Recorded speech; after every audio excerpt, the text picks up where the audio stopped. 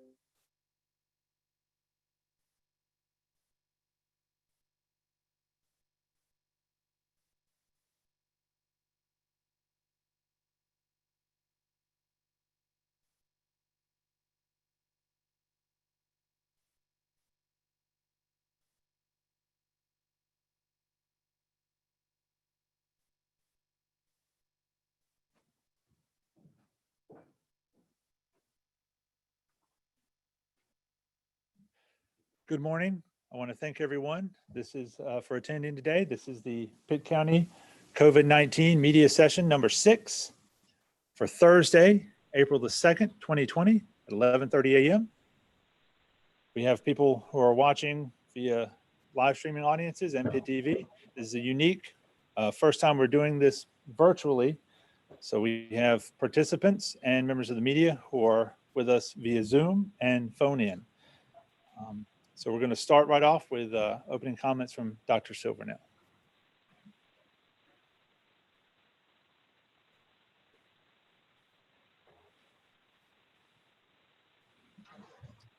Good morning.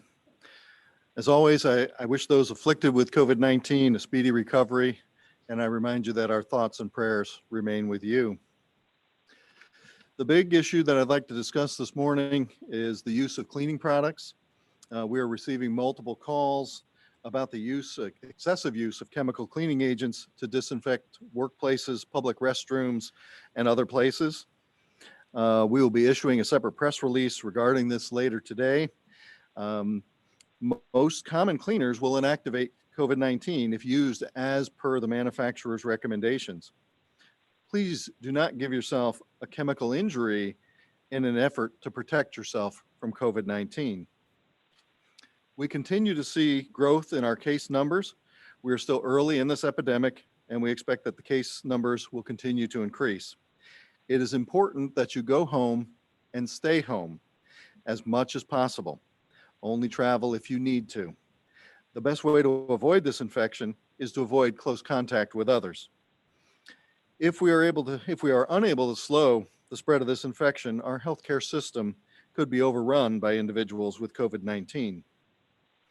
I'd like to report our current cases in Pitt County in North Carolina. In the state, we have 1,584 cases as of this morning.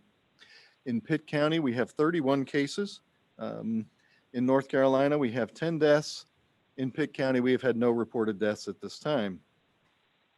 Our testing, and I stress that the total number tested is no longer a valid number, but I'm going to report it this morning. We no longer receive PUI forms from every provider, so that number we don't have confidence in, but we know of at least 282 people who have been tested. We have received 31 positive results, 136 negative results, and currently know of 115 tests that are pending. Please remember, go Go home, stay home. Thank you.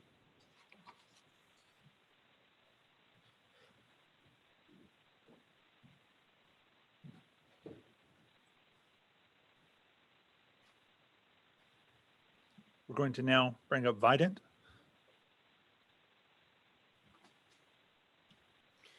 Hello. I would just like to reiterate the comments that just were made and remind everyone that we have been voicing concern because we know of this growing epidemic, and we have known and we continue to see indicators of growth, and the wave is building, and we are not immune in Eastern North Carolina to these forces. The numbers in North Carolina and Eastern North Carolina, including Pitt County, is continued to grow, and there is, from a state perspective, widespread community spread. The number of cases continue to increase, the number of hospitalizations continue to increase, and the number of deaths continue to increase. And unfortunately, in Eastern North Carolina, we have had our first death in our 29 county service area. I would also reiterate very seriously the importance of social distancing, washing your hands, disinfecting services, go home, stay home is very important to stem the tide and to decrease this wave and to help protect each other from this virus, and especially encourage everyone to protect the elderly and people with chronic diseases who are particularly susceptible to this virus, and just would like to implore everyone that this is not the time to relax or to think about changing behaviors. It's actually the time to double down on those behaviors. Thank you.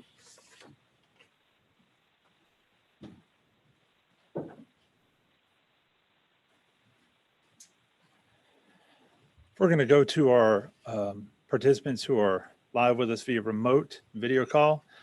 I do believe Pitt County Schools had a statement, I think. I don't know if Jennifer Johnson is prepared to give that at this time, but if any of our other participants have a statement that they would like to make, we will open it to them at this time. We'll start with Pitt County Schools. Jennifer, if you're still on the line. I'm here. Did you have a prepared statement? I thought. I do. Okay. Thank you. Hi, we wanted to say hi from Pitt County Schools this morning and just remind everyone that we are Pitt County Schools strong here. We first of all want to thank our emergency management staff, our health department, our healthcare workers. All of those people have been our heroes right now, but we did want to come on today and really talk to you about some of the things that do apply to Pitt County Schools. So we know parents out there, it's been the first week of remote learning for you. It's been a challenge. It's been exciting. We've seen some of your comments, and so we wanted to kind of give you a thumbs up. Great job for trying that and for being patient with us as well as and so our parents, we just thank you for managing those devices, managing your own teleworking and your own situations. And we just appreciate that. And we understand that you have your own situations as well. Our mission in providing remote learning really is to engage as many students as possible. So just hear that from us, is that we want to engage as many kids as we possibly can during this time of isolation. Right now, we've actually given out, for those who don't have devices, we have given out over 2,500 devices to those who may not have devices. And then remote learning really means you're learning remotely. So you may be learning online, or you may be learning through packets of information. And so we have really thought about those who don't have internet access and provided packets and other information for you as well. Some of our parents have asked us about attendance and grading, and so we just wanted to give you a general statement here. Of course, we are tracking student performance. We have been excited about how many students and parents have contacted us and thanked us for providing the instruction. So absolutely, we are tracking student participation, and we're using this as kind of a vehicle to check in with students and make sure they have the resources they need as well. But no official attendance is right now being recorded in PowerSchool. We are not allowed to do that by the state. As far as grading goes, we've had lots of questions about grading and what that looks like. So just know that the Department of Public Instruction has given us advisement and that we are working through all of that, all of those guidelines. How does that apply to Pitt County schools? And we're sitting through webinars this week and determining our next steps, talking with our board. And so we promise to get parents that information as soon as we possibly can.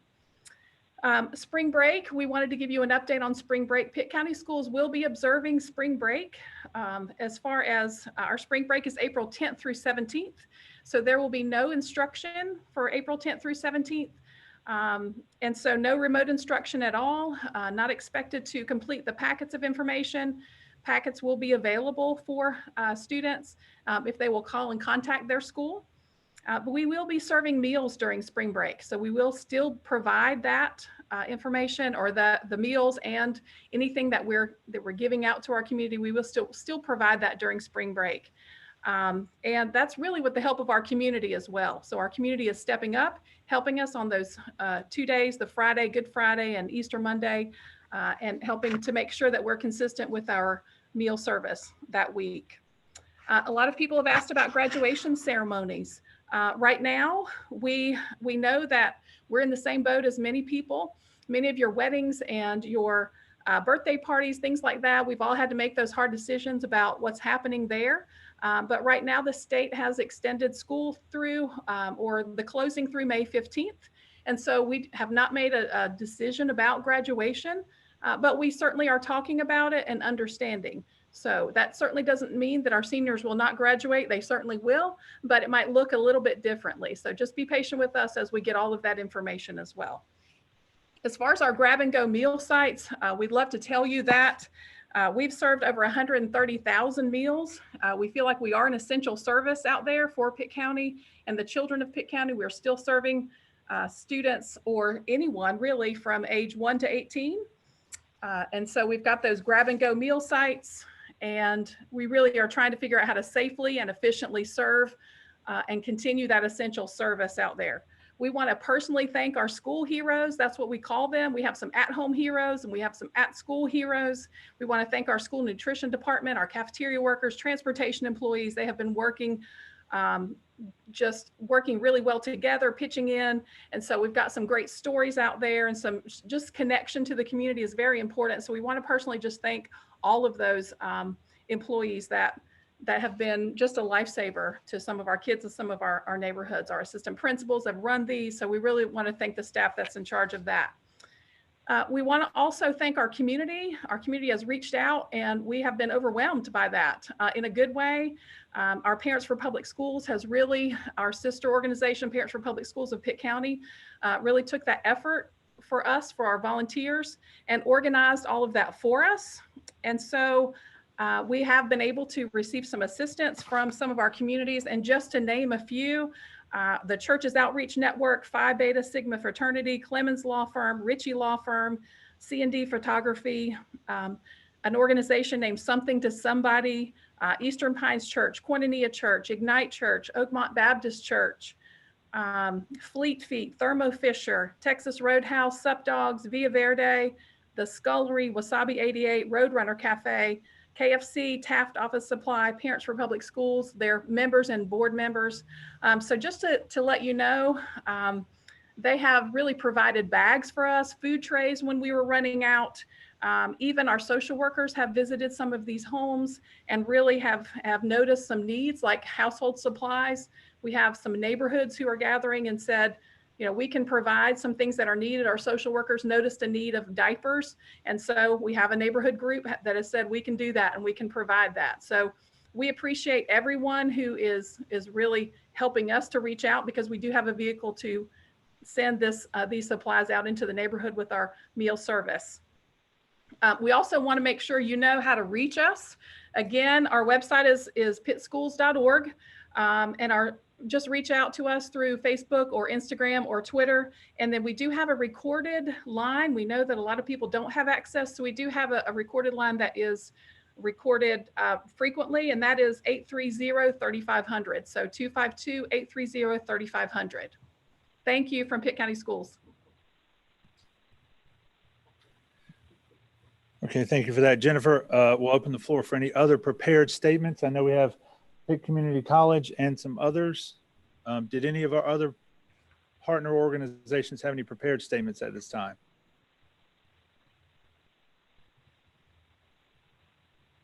No? Okay, hearing none, we're going to open up the floor for questions. We're going to start with Dr. Silvernail, and then we'll go from there.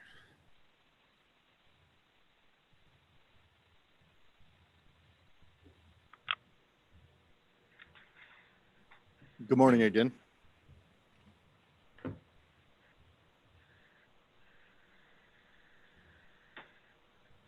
there any questions for Dr. Silvernail? Wow. You I got it? You were a good hire. Yay, thank you. Were there any questions for Dr. Silvernail?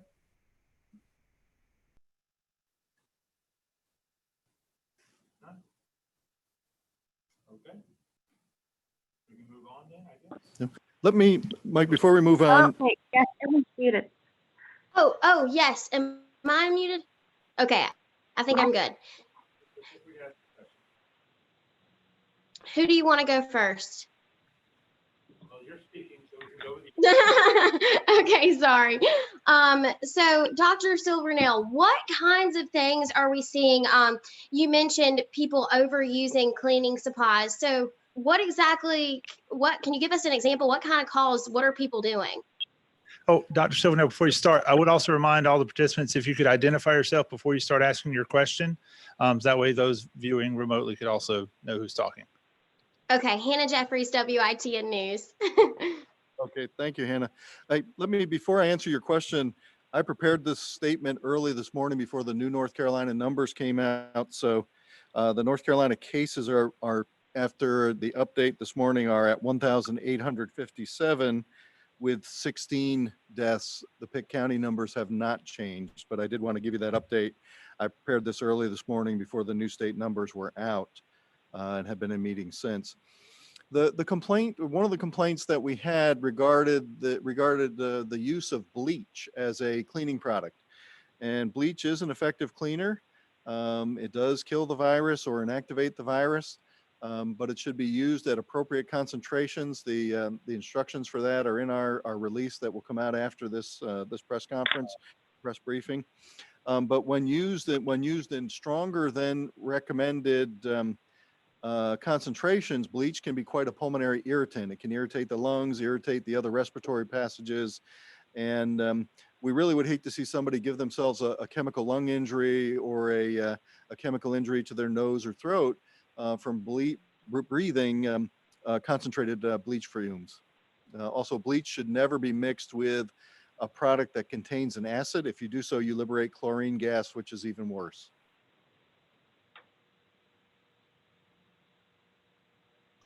Okay, thank you. Are there any other questions for Dr. Silvernail? Oh, yes. Can you hear me? Yes, please identify your Yes. name. This is Elizabeth Johnson, and I'm with the Daily Reflector.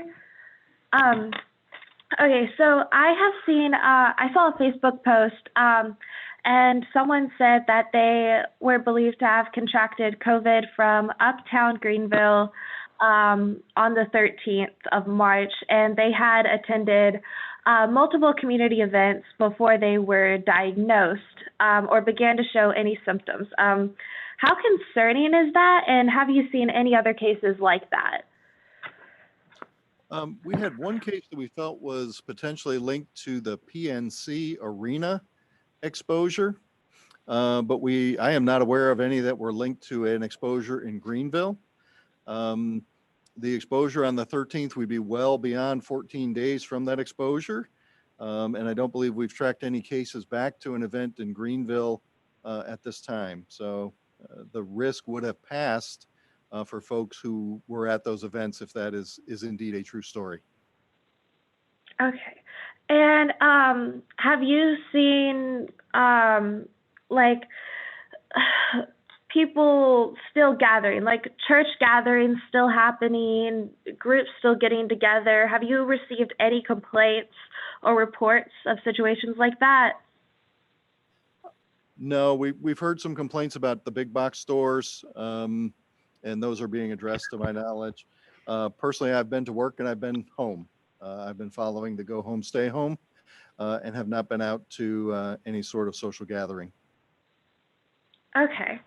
And can you provide an update on the ages of those who have COVID in Pitt County?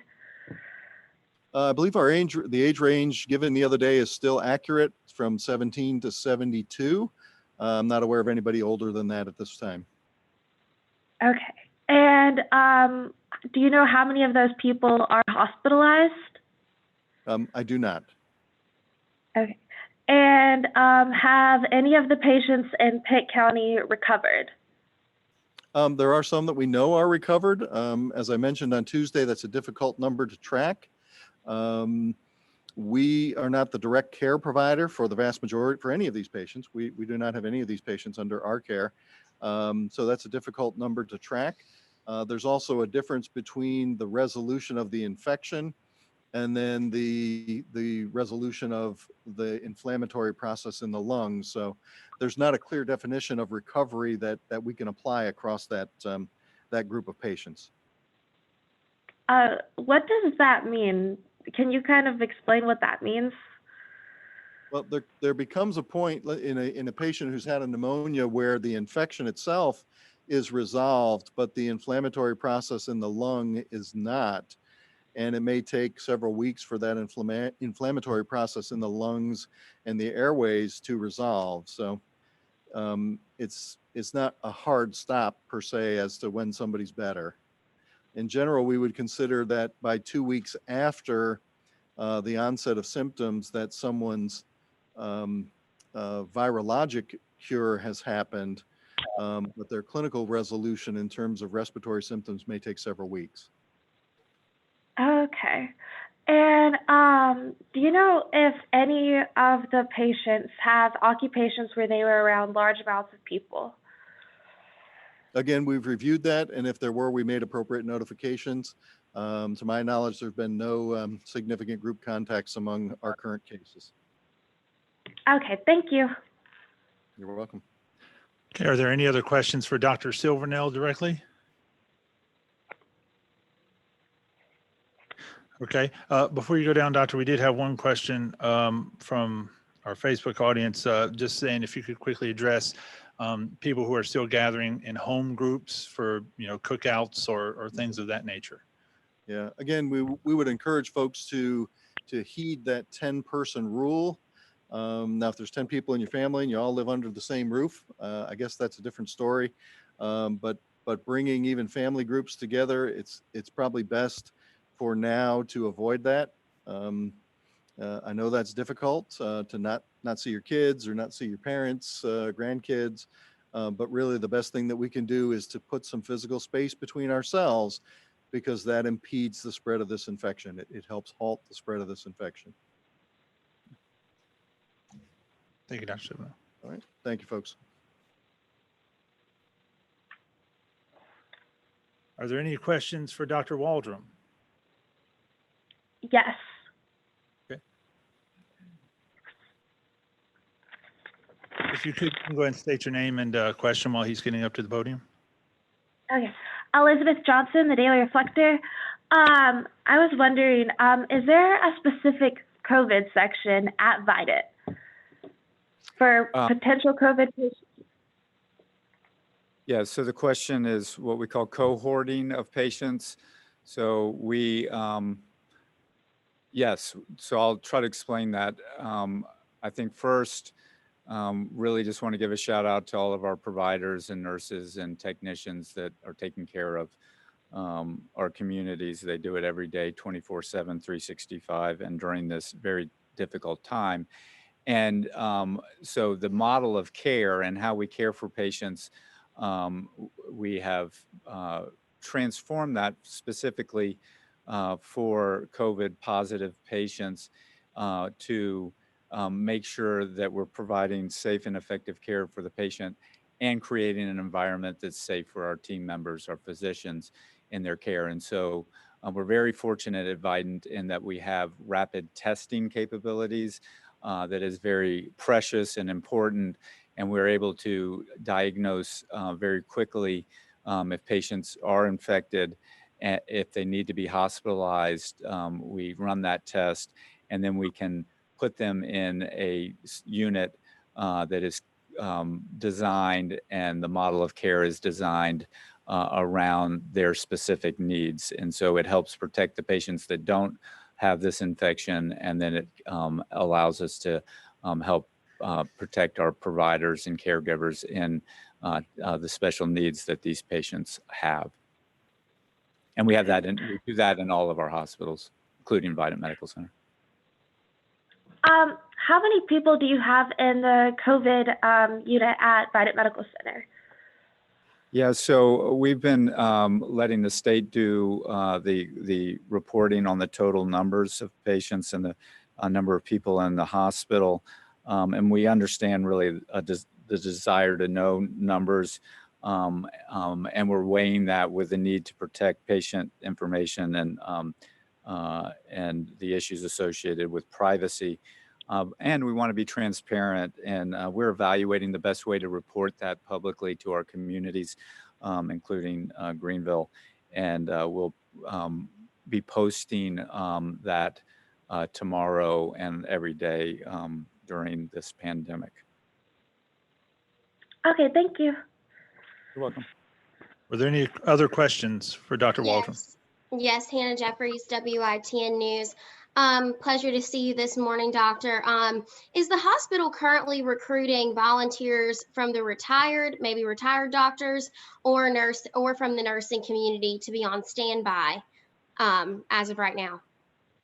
Yeah, it's a great question. It gives me an opportunity to just really thank the community. The outpouring of support that we've had across Eastern North Carolina and in Pitt County and Greenville has really been tremendous, from previous employees and team members and physicians, as well as community leaders that have been just showing the love to our healthcare heroes that take care of all of Eastern North Carolina. So it's been really overwhelming, that response, and we so appreciate that support.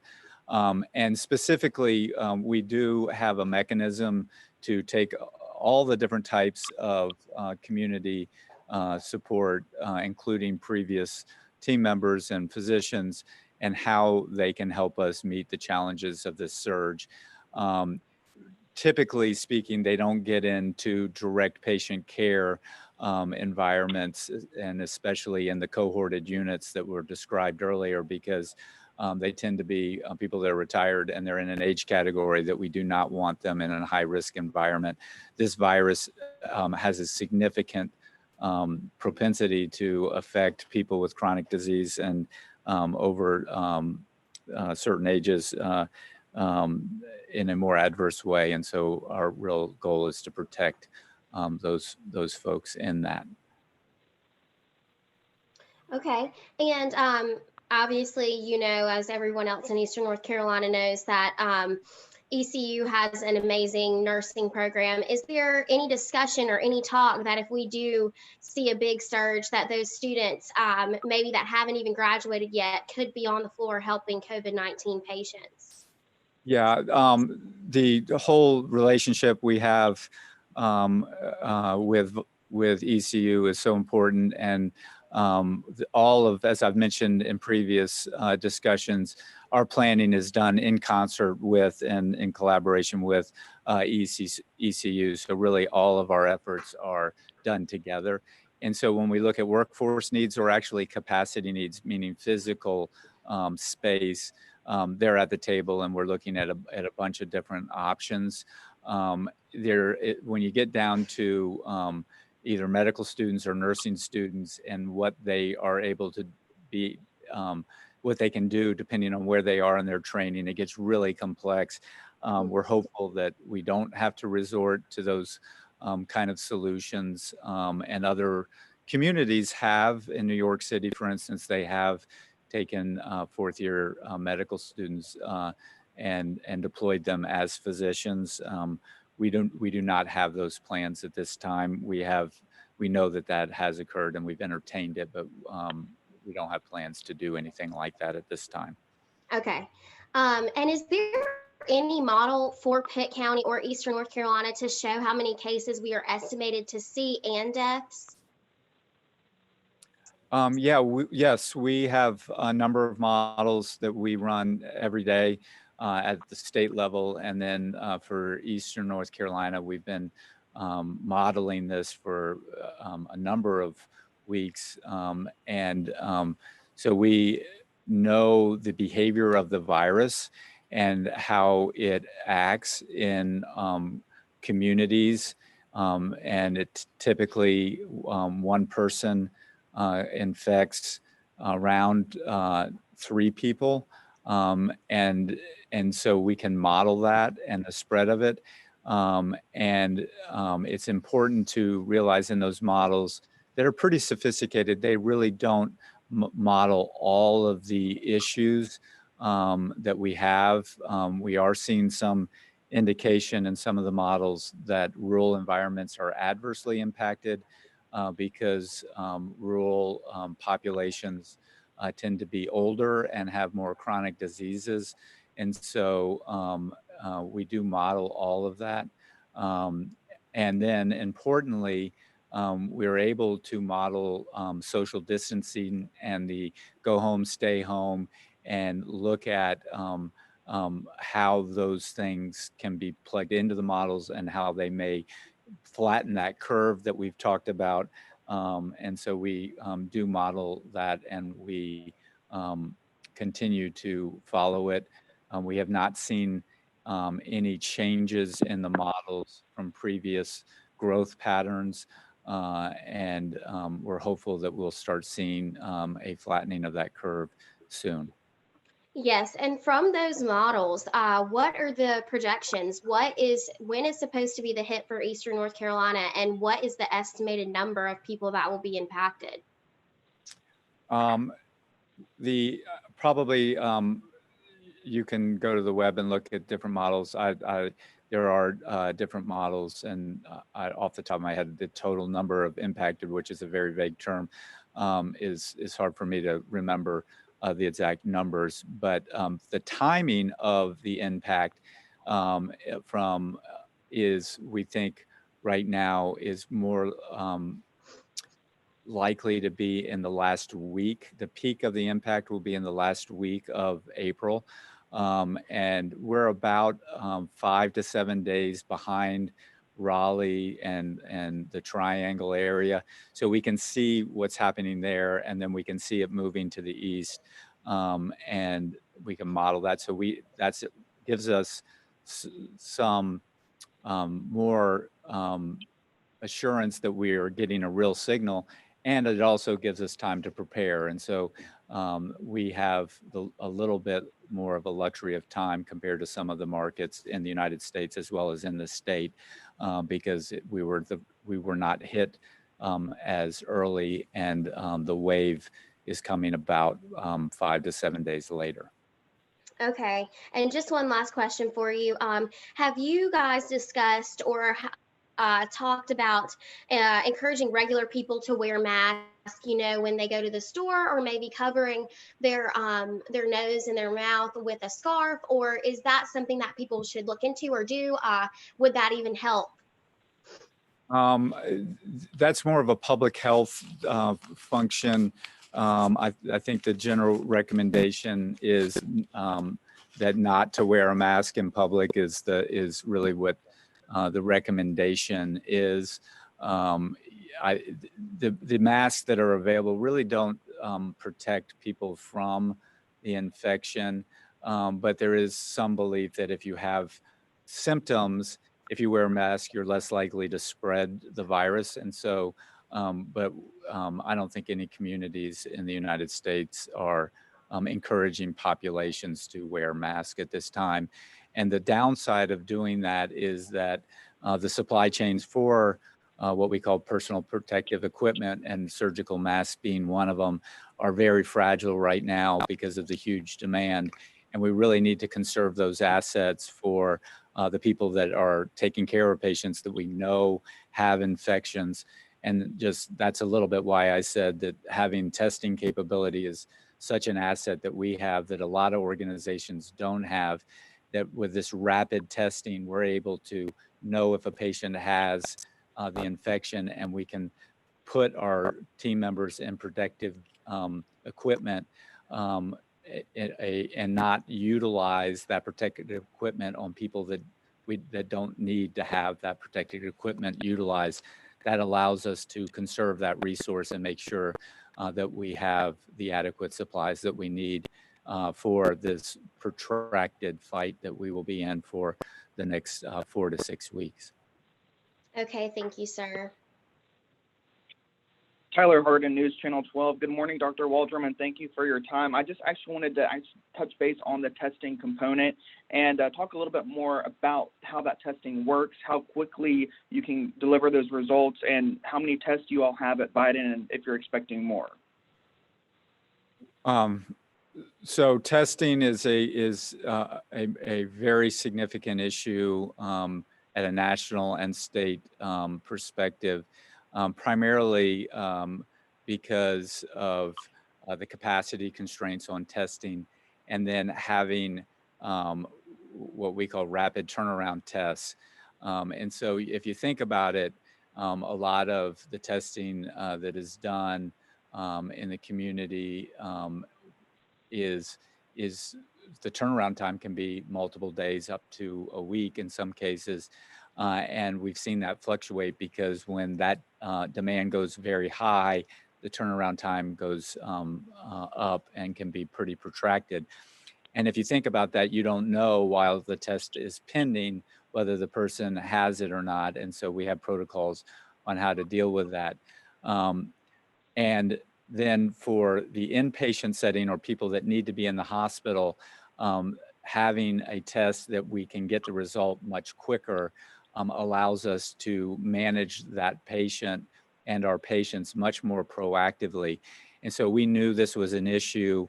We have an outstanding laboratory medicine function led by leaders at ECU and housed at Vidant Medical Center. We were very proactive in creating capacity to do rapid testing, and we've had the new machinery and new capabilities built over the last month to create the capacity that we have. The limitation on that capacity is frankly the supply chain of the reagents that the machine uses. And so you can imagine that the whole country and world is trying to get those reagents. And so getting them here is really the limiting factor. And so we monitor it literally every day, and it's a very precious resource. So we have a very defined protocol on using that asset for the highest, best use for our patients and our organization. Right now, I don't know the number, it fluctuates, but it's been up and down. We are expecting a shipment today. If that shipment doesn't come in, our capacity will become very constrained in the next 24 hours. But we were told that the shipment is being made yesterday, and we expect that our capacity will be going up and could have gone up while I'm talking to you right now. So we're hopeful that that's the case.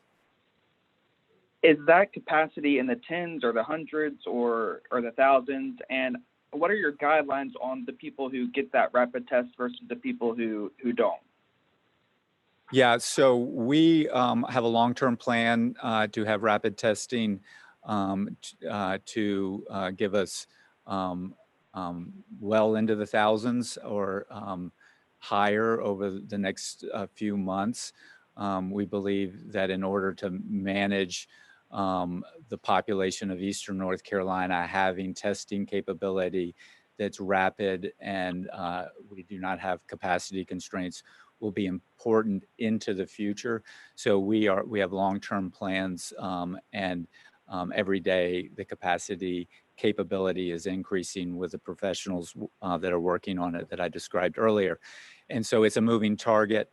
And then with regards to the protocol, you know, I think back to what we've talked about, and I can't stress it enough: go home, stay home, social distancing. And then if you think you're sick and you have, just like if you had the regular flu, which this is much more serious, but if you had the regular flu, you would, you know, stay in your bedroom and you would self-quarantine and you would try not to give it to your family. And that should be done for this virus also. And only come to a caregiver or hospital if you think you need to be in the hospital or you need that type of care.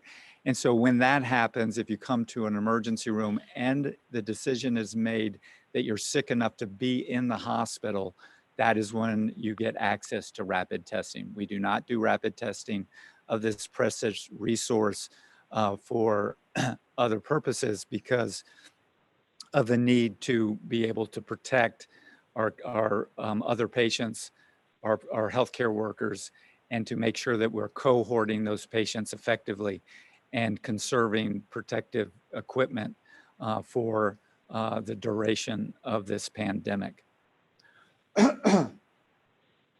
Certainly, and if there is someone who does exhibit all of those symptoms and they do come to Vidant Medical Center or another one of your facilities, what protocols do you have in place? Have you changed some of your protocols to isolate those people away from the other patients that you're serving or the other people who need to be in the emergency department as well?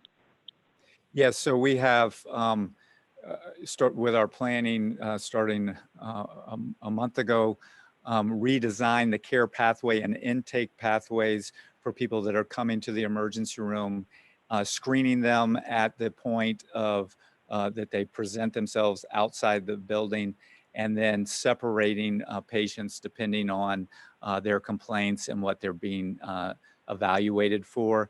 And it's an evolving process. As the prevalence of the virus increases, we continuously change those. But if, for instance, if you were to go outside of Vidant Medical Center's emergency room, we put a new structure out there that's a physical structure and also a tent. And so there's a whole new intake process to segregate people to make sure that they're being cared for appropriately. And earlier in your remarks, you mentioned that there was a death at one of your facilities. What facility was that? And what, is there only one death been so far from COVID-19 across your system? I mentioned a death in Eastern North Carolina. I didn't say that it was in our facility. So there was a death by the state in Bertie, and I believe it was outside of the facility. Okay, and just to wrap things up on my end, I guess, have you been testing, or have some of your employees been tested, and have any of those employees tested positive for COVID-19 if they have been tested? We continuously monitor our team members, and if they're in an environment where they've gotten exposed either in the community, which we think is where most of the spread is because of the measures we've taken, we have a process to evaluate and monitor them. And some of them have been tested through the county process and through their physician's process. So I really don't know exactly where all of that is, because they don't necessarily come to us and tell us that. And then we have had, I don't believe in Greenville, but we've had a few team members that have presented with symptoms that we have put through screening process and protocols and taken them out of their work environment. And we're looking at, so we screen everyone that comes into any of our environments, and we have had people present, including team members with temperatures, so fevers, and when we take their temperature, and we do not let them enter the building, and then they tend to get care through their routine providers and cleared through that process. We are looking at changing that as our testing capability goes up and having rapid testing, which will help us understand that issue with our team members better as that capacity increases. So just to follow up on that, so have team members tested positive then, or they've just exhibited some of the symptoms? I believe this morning I saw a report that was came from the county. I believe that showed that there was a team member, but he was sequestered or quarantined early, and is not in the care environment at this time. Okay, is that from Vidant Medical Center or another one of your facilities? It was another facility.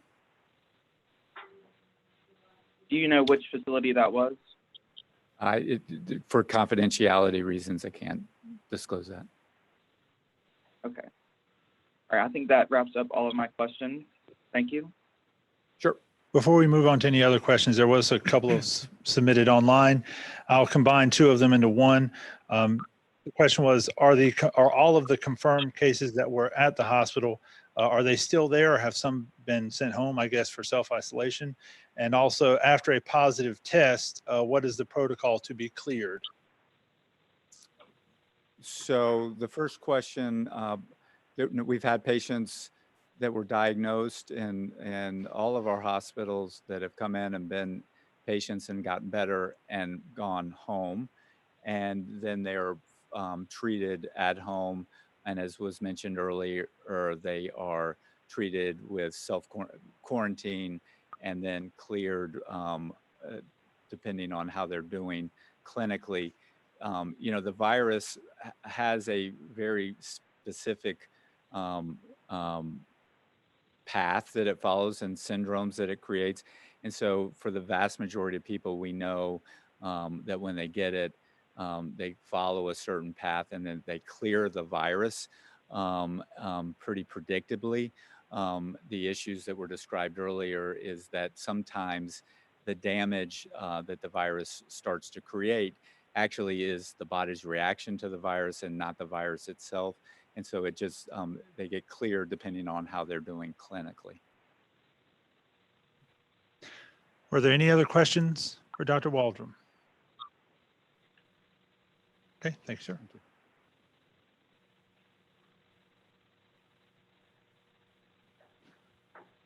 Okay, the floor is still open for any other questions from any of the other agencies represented.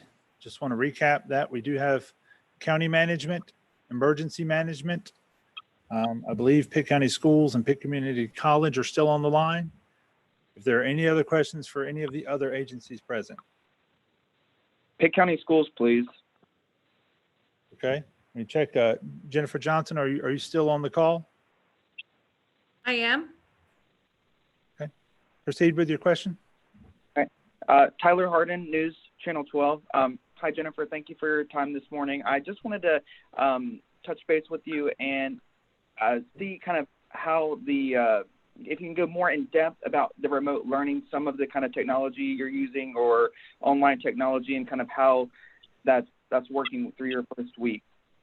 Sure. Well, first of all, we spent the last 2 weeks, really, our teachers doing a fabulous job training. We provided our teachers with online training. We've made how-to videos. I mean, our teachers have been amazing. And they're our at-home heroes. That's what we call them. But anyway, they have really done a great job this first week. What happens is a student will get an email from their Pitt County Schools email address. Teachers are logging in to Canvas. It's something that our students are familiar with. There are daily assignments listed there from our teachers through Canvas, and then assignments go from there to use other programs. Certainly, we're using Zoom, we're using Google Hangouts, we're using some platforms, Google Classroom. Lots of our teachers use Google Classroom and some other, age-appropriate technology. And then, the phone is great. And then also we're reaching out through paper packets of comparable information as close as we can get it to some of our other students. Okay, and just another quick question. So as far as with these meal sites, when you all are dropping off those meals, are you all practicing social distancing? How is that working to ensure when, the students are coming to pick up the meals, they're maintaining that 6 feet distance? Absolutely. We have, from the beginning, followed the CDC recommendations and the recommendations from Pitt County's Health Department on sanitizing our areas, cleaning constantly. And then, so just from our end, but also encouraging social distancing. We have lots of drive up grab and go sites, just like some of our restaurants around here have curbside or drive up. So most of our sites are drive up, and we just ask their school and ask how many children, and then it's passed to them through the car.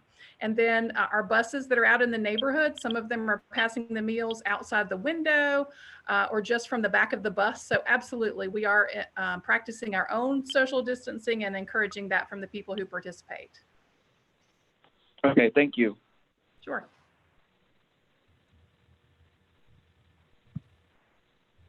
Any other questions for Pitt County Schools? Okay, any other questions for any of the other agencies present? All right, well then, that will conclude this media session. Thank you all for attending. The next media session is scheduled for Tuesday, April the 7th, again at 11:30 a.m. In the meantime, we would encourage everyone to visit the coronavirus information page of the Pitt County website at www.pittcountync.gov/coronavirus.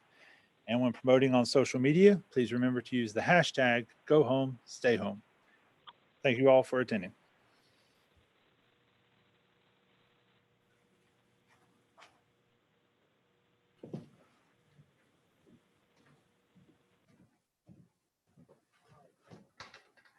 Put a